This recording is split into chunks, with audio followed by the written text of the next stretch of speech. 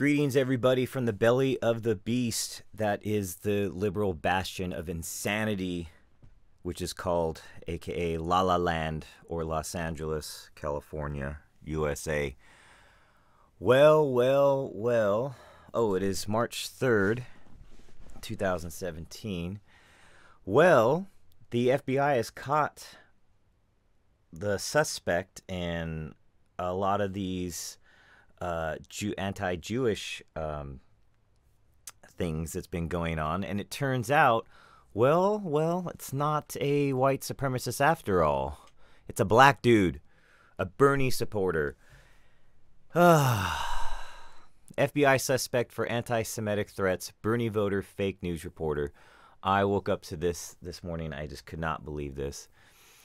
Let's go through. I'm gonna break it down for you guys. So the Department of Justice unsealed a complaint against a journalist who made national headlines for fabricating stories after he allegedly conducted a campaign of harassment against at least 8 Jewish community centers while cyberstalking his ex-girlfriend on Friday. Very strange story. The FBI arrested Juan Thompson in St. Louis on Friday, and he's due to appear in court in Manhattan. Thompson's arrest is the first since Jewish community centers and schools were targeted for threats and harassment across the country and were blamed on Trump. Together with the FBI and the NYPD, we have been investigating the recent threats made on Jewish community centers in New York and around the country, said U.S. Attorney Preet Bharara said in a statement. Today we have charged Juan Thompson with allegedly stalking a former romantic interest by, among other things, making bomb threats in her name to Jewish community centers and to the Anti-Defamation League. So this dude was calling these centers and saying, I guess he talked in a high-pitched voice. I mean, I guess in this world of any gender matters, they probably just thought, he was some kind of transgender or something. Thompson's alleged pattern of harassment not only involved the defamation of his female victim, yeah, that sucks, poor girl, but the threats intimidated an entire community, added FBI Assistant Director in Charge William F. Sweeney Jr. in the statement. This isn't the first time Thompson has appeared in headlines. Last February, The Intercept revealed he fabricated sources in stories and made up quotes out of whole cloth. When confronted about the egregious breach of journalistic standards, he blamed racism and testicular cancer in a letter sent to The Intercept's editor-in-chief and now defunct Gawker. So this dude actually worked for The Intercept, and I'll read it. It's ridiculous with this guy. He blames racism and ball cancer. What a fucking joke. Here we go. I've been undergoing radiation treatment for ball cancer, and since I no longer have health insurance, what happened to your Obamacare? I've been feverishly struggling and figuring out how to pay for my treatment. Well, what happened to that Obamacare? All of this, of course, has taken up my time and energy, except for the few moments I've spent searching for some relief. Yeah, you have ball cancer. Thompson said, adding, I lack access to my notebooks, which I took for most of my stories to address these matters. So have your fucking friend come give them to you. Like, what the fuck? I had a habit of writing drafts of stories, placing the names of people I wanted to get quotes from in there, and then going to fetch the quotes. Okay, that makes sense. He continued in his letter, was it sloppy? Yes. But I'm a cub reporter and expected a sustained and competent editor to guide me. Oh, so now you blame it on somebody else. It's your editor's fault. Something which I never had at your company, and something with which The Intercept continues to struggle, as everyone in this business knows. What a dick. Thompson blamed the great problem of white media organizations for failing to understand his approach to journalism. If I couldn't obtain a quote from the person I wanted, I went somewhere else. And must have forgot to change the names, clearly. Also, yes, I encouraged some of my interviewees to use another name. They're poor black people who didn't want their names in the public, given their situation, and that was the only way of convincing them otherwise. That also explains why some of them didn't want to talk with your company's research team or denied their events. These were articles in Harper's or The Nation. Instead, these weren't articles in the Harper's or The Nation. Instead, These are the lives of people forgotten by society, and their being in public and talking to white New York people, no less, could harm and turn them off. Oh, God. God forbid a black person talks to a white guy. Jesus. They've lost loved ones to violence. You and others couldn't possibly imagine. No, we can't possibly imagine what it's like to lose loved ones to violence because we're not fucking black. Give me a fucking break.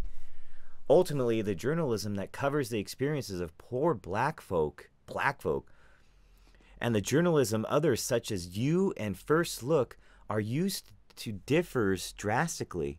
This dilemma is the great problem with the white media organizations that dominate our media landscape. As Ta-Nehisi Coates wrote, fuck, maybe that's somebody important. I don't fucking know who that is. The standard white progressive approach of the moment is to mix color-conscious moral incentive with colorblind public policy. Such an approach ignores the differences in the way we must navigate these various fields, including journalism. What the fuck? The Intercept published an apology after discovering 3 of Thompson's fake news reporting while he worked from November 14th to January 2016 for them. This dude's writing bullshit articles. Thompson went to great lengths to deceive his editors, creating an email account to impersonate a source and lying about his reporting methods, the letter said. In one fake news story that went viral, Thompson made up, and I believe I know, but I read this one. Thompson made up a fictional source called Scott Roof, a non-existent cousin of mass-murdering Dylan Roofs, who claimed Roof slaughtered 9 black parishioners after he kind of went over the edge when a girl he liked started dating a black guy 2 years back. Fucking bullshit. More evidence of fake news. Thompson's Twitter account also reveals he supported socialist Vermont Senator Bernie Sanders for president. I voted for Bernie Sanders, but his supporters are annoying as fuck. I almost cried when I got a Bernie sign. Yuck, he tweeted in July. Fucking douche. This put Sanders in an awkward position. Only days before Thompson's arrest, he told J Street, I hope very much that the... Wait, is this supposed to be... Oh. Is this supposed to be Mr. Sanders? Okay, fuck it. I hope very much that President Trump and his political advisor, Mr. Bannon, understands that the entire world is watching. That is an imperative to their voices be loud and clear in this condemning anti-Semitism. Yes, so Bernie Sanders, your supporter, is the one who's a fucking anti-Semite, allegedly. So how about them apples, you fucking dick? Thompson posted many harassing messages about his ex-girlfriend. Okay, blah, blah, blah. So, moving on. Now, this is a problem. This is something that I want to talk about because, look, yeah, is there quote-unquote hate crime? Is it real in America? Yeah, I mean, I'm sure it is. I don't know. I'm in LA, and I'll tell you this much. I'm a Trump supporter. I'm a Trump voter. So if I were to go into West Hollywood with my Trump shirt, how many gays and lesbians would be, so liberal once they see my shirt? They'd probably try to fight me. There's lots of videos of Trump supporters getting beat up, spit on, bashed in the head. I mean, you fucking pepper sprayed in the face. You name it. That girl got pepper sprayed up in Berkeley. So I'm getting off point. So my point is yes, does hate crime exist? Yes. And does it exist against Trump supporters? Yes. Does it get reported? Not really. You hear the mainstream media says, oh, a spike in hate crimes. Well, I thought they were going to say, oh yeah, Trump supporters are getting beat up because now all the pussy liberals are pissed off and they can't take because they lost. Nope, they're saying that, oh, mosques are getting attacked, gays are getting attacked, Jews are getting attacked. Well, look who's fucking doing it. This guy. Jesus. So look, there's also evidence. 21 LGBT people accused of faking a hate crime. Faking the hate, as Orlando has reminded us, violence and discrimination against LGBT, blah, blah, blah, people is very real. And the consequences of society's stigma can be deadly. That is true. There are people that get attacked, and it's not right. This reality makes it all more alarming when a person who says they have been a victim of hate turns to have falsified their claim. Yes, you fucking assholes. The more you cry wolf, then nobody believes it, and then they get an extreme position against you. Recently, gay YouTuber Colin McSwiggan caused a stir. I don't even know who the fuck this guy is. Caused a stir when he posted a photo on Instagram and claimed he was the victim of anti-gay violence. Police did not believe his claim and charged him with a crime. throwing their story into doubt and once again inciting a conversation in the LGBT community about the truth and hate crimes. Yes, that's the worst thing you could do. You only do yourself a disservice when you do that. Oh my God. As the debate continues, we take a look back at some notable cases of other gay, lesbian, bisexual, and transgender folks accused of hate. I mean, it just goes on. It's, you know, this guy, I don't know, Jordan Brown, this guy faked it. There's lots of Christine Conklin. I mean, what see?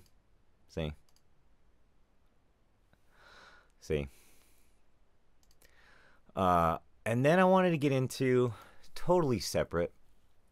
Oh, here we go. Sorry, one more. Member of church charged in arson, a black church with vote Trump scroll inside. That was in December. Remember that? They were saying in December, right after the election, that was part of the rise in hate crimes. I mean, these are just a small example, people. Okay? But moving on, everybody's talking about the whole Jeff Sessions thing, and look what happens. Oh, photo contradicts Pelosi's statement about not meeting Kislyak, who, you know, the Russian ambassador.